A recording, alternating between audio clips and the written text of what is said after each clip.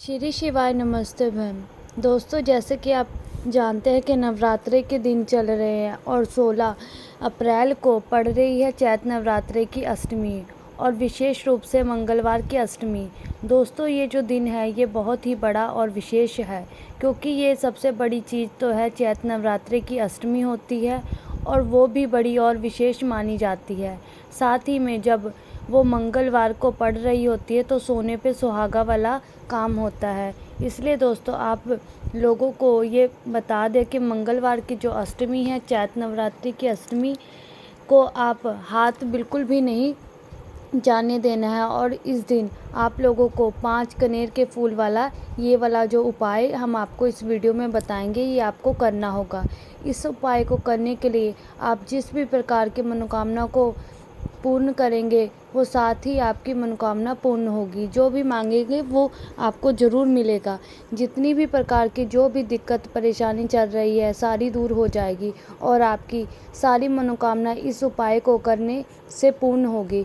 अब दोस्तों, उससे पहले आप लोगों को ये 5 फूल वाला उपाय समझना होगा कि आखिर ये करना कैसे है, किसको करना है और किस समय करना है। तो चलिए दोस्तों, आइए जानते हैं अच्छी तरह से कि ये उपाय करना कैसे है और किसको करना है। सबसे पहली चीज़ दोस्तों, ये 5 कनेर के फूल वाला उपाय है, तो इसमें हम 5 कनेर के फूल ही लेंगे। जिन विशेष दिनों का कुछ बहुत ही बड़ा और विशेष महत्व होता है, उसी तरीके से इन चैत्र नवरात्रि की अष्टमी का भी बहुत ही बड़ा महत्व होता है। या इस बारे में पड़ रही जो मंगलवार की अष्टमी है, ये बहुत ही विशेष है। जब विशेष दिन पर हम 5 कनेर के फूल वाला उपाय अगर करते हैं तो हमें उसका दुगना लाभ प्राप्त होता है। तो सबसे पहली चीज़ दोस्तों, यहाँ पर ये वाला जो उपाय है वो करना किसको है। तो देखो, ये वाला जो उपाय है ये घर के सभी सदस्यों को करने की ज़रूरत नहीं है। घर में अगर कोई एक बड़ा मुख्य सदस्य है, वो इस उपाय को कर सकता है। परिवार की सारी मनोकामना पूर्ण होगी।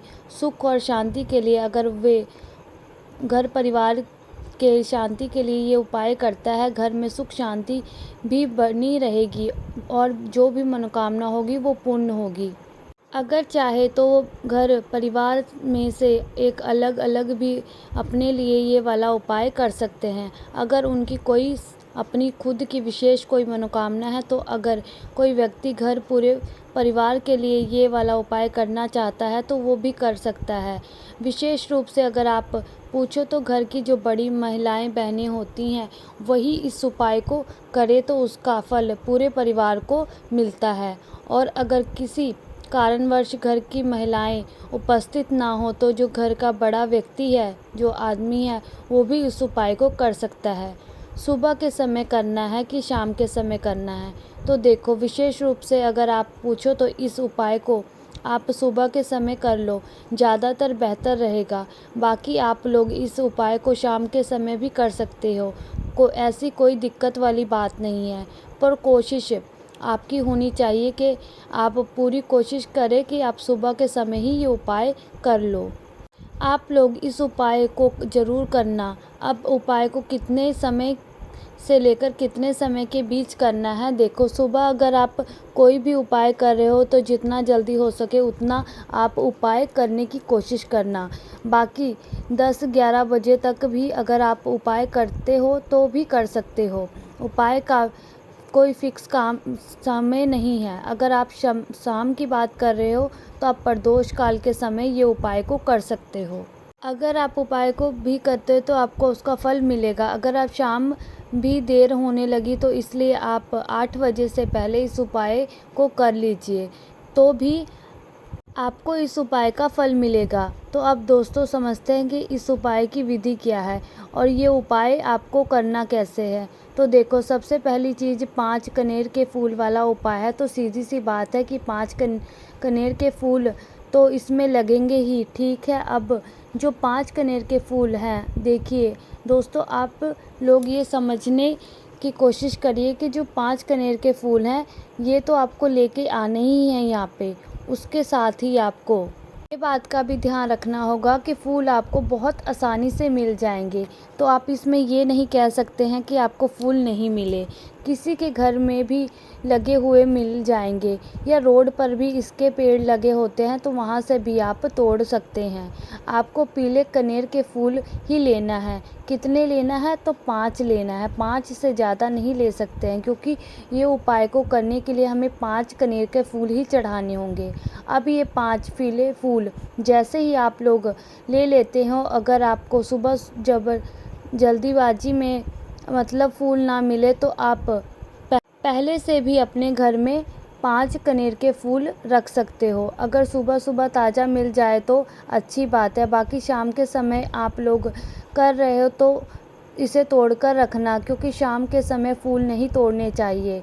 तो बात ये है कि अगर आपने फूल तैयार कर लिए हैं 5 कनेर के फूल तैयार करने के बाद आपको सीधा उपाय नहीं करना है। नहीं, पहले आपको इस बात का ध्यान रखना होगा कि आपको शुद्धता के साथ ही इस उपाय को करना होगा। उसके बाद में सीधा आप लोगों को 5 कनेर के फूल लेकर जाना है। उपाय को करने के लिए नहीं जाना है, उससे पहले आप कुछ पूजन सामग्री जो लेकर के आप जाते हो शिव मंदिर में, वहाँ पर आप ले जाइएगा और भगवान भोलेनाथ जी की पूजा अर्चना पहले उस सामग्री से कर लीजिएगा। बात मतलब भगवान को सामने ना जाहिर करे, इस वजह से आप लोगों को मात्र करना होता है कि उपाय को करने के साथ साथ में पूजन कुछ सामग्री अपने साथ ज़रूर लेके जाइएगा, और कम से कम 1 लोटा जल तो और भगवान भोलेनाथ जी के सामने एक दीपक ज़रूर जलाना होगा। तो जो लोग प्रतिदिन शिव मंदिर में जाते हैं, पूजन सामग्री लेकर के जाते हैं, पूजा अर्चना करते हैं, तो वो लोग अपनी वो पूजा सामग्री भी साथ में लेकर के जा सकते हैं। और जो सिर्फ उपाय को करने के लिए जा रहे हैं तो वो कम से कम 1 लोटा जल सुबह सुबह अपने साथ लेकर जाइएगा। उपाय की सामग्री को भी लेकर जाना है। उसके बाद शाम के समय की बात करें तो मोमबत्ती या शुद्ध देसी गाय का घी आप अपने साथ लेकर के जा सकते हैं। एक गोल बाती शुद्ध घी का लेकर के जाना है। आटे से बना हुआ दीपक आपको तैयार कर लेना है। अपने उपाय सामग्री लेकर के अपने घर के ही पास में शिव मंदिर में आपको चले जाना है। शिवालय में जा कर के शिवलिंग के पास आपको वहां पर पहुंच जाना है। वहां पर पहुंचने के बाद आप लोगों को क्या करना है, मात्र ये करना है कि शिव मंदिर में आप जैसे ही प्रवेश कर जाते हैं, चाहे सुबह इस उपाय को कर रहे हो चाहे शाम को, दोनों समय नहीं करना है, किसी भी एक समय चुनकर आप इस उपाय को कर सकते हो। इस मंगलवार की अष्टमी है तो चैत्र नवरात्रि की अष्टमी को करना है। तो उसके बाद में सबसे पहले आपको भगवान शिव जी के दर्शन करने हैं। जाते ही उपाय नहीं करने लग जाना है। सबसे पहले भगवान शिव जी के सामने हाथ जोड़ करके आपको प्रार्थना करनी है। उसके बाद उनके दर्शन करने हैं। उसके बाद भगवान शिव जी के मंदिर में अंदर प्रवेश करना है। प्रवेश करने के बाद आपको 1 लोटा जल लेकर के आए हो, अगर सुबह के समय कर रहे हो तो 1 लोटा जल तो आप ज़रूर लेकर के जाइए। सबसे पहले आप लोगों को 1 लोटा जल शिवलिंग पर चढ़ा देना है। उसके बाद जो आप पूजा सामग्री भगवान शिव जी की पूजा के लिए लेकर के आए हो, उस सारी सामग्री से पूजन आप लोग कर लीजिए। तो और 1 लोटा जल जो लेकर के आए हो वो भी चढ़ा दीजिए। उसके बाद शिवलिंग के पास में आसपास कहीं पर भी बैठ जाइए। उपाय को करने के लिए अभी अगर आप इस उपाय को शाम के समय कर रहे हो तो प्रदोष काल में कर रहे हो तो आपको अपने साथ एक घी का दीपक लेकर जाना है और उसको जला देना है। शिवलिंग के पास आपको रख देना है। शिव मंदिर में पहुंचकर सबसे पहले आपको शिव जी के दर्शन कर लेने हैं। शाम के समय जब आप जा रहे हो तो एक घी का दीपक शिवलिंग के पास जलाना है, पर वो थोड़ा सा आपको दूर रखना है जिससे भगवान शिव जी को आँच ना लगे। उसके बाद में आप अपना उपाय शिवलिंग के पास बैठ कर के आप कर सकते हो। तो अब जैसे ही आप शिवलिंग के पास में बैठ जाते हो, चाहे सुबह हो या आप शाम में कर रहे हो, सबसे पहले आपको 5 कनेर के फूल अपने प्लेट में रख लेने हैं। 5 कनेर के फूल निकालने के बाद आपको क्या करना है, ये 5 कनेर के फूल आप अलग अलग जगह पर स्थान पर आपको चढ़ाना है, जो कि हम आपको इस वीडियो में बताने जा रहे हैं कि वो फूल आपको कहाँ कहाँ पे चढ़ाना है। तो देखिए, सबसे पहली चीज़, ये 5 कनेर के फूल आप लोगों को ऐसे स्थान पर चढ़ाना है शिवलिंग के ऊपर ही, वहाँ पर चढ़ाना है, जिससे जो सबसे पहला स्थान है वो कहाँ पर है, वो है दोस्तों भगवान गणेश जी का स्थान। शिवलिंग के ऊपर एक गणेश जी का स्थान जो होता है, जो कि जलाधारी के राइट साइड पर होता है, मतलब जलाधारी के सीधे हाथ की तरफ कौन सा स्थान होता है, भगवान गणेश जी का स्थान होता है। तो आपको क्या करना है, जो सबसे पहला कनेर का फूल लेना है और भगवान गणेश जी के स्थान पर आपको समर्पित कर देना है। देखो, अगर आपको पता ना हो तो किसी से भी वहाँ पर आप पूछ सकते हो। जलाधारी के राइट साइड या सीधे हाथ की भगवान गणेश जी का स्थान होता है, तो आपको पहला कनेर का फूल वहाँ पर समर्पित कर देना है। खिला हुआ भाग जो है शिवलिंग की तरफ होना चाहिए और डंडी वाला जो भाग है वो जलाधारी की तरफ होना चाहिए। इस प्रकार से आप फूल कनेर के फूल को भगवान गणेश जी के स्थान पर अर्पित कर देना। उसके बाद में आपको जो दूसरा कनेर का फूल निकालना है, जो कि आपको कार्तिकेय जी के स्थान पर समर्पित करना है।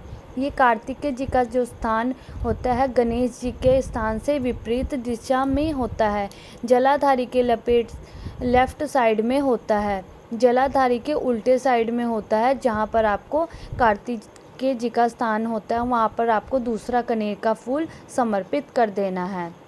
उसके बाद जो तीसरा नंबर वाला कनेर का फूल है, वो आपको माता अशोक सुंदरी के स्थान पर समर्पित करना है, जो जलाधारी के बिल्कुल बीचों बीच होता है, जो शिव जी की सबसे छोटी बेटी का स्थान होता है।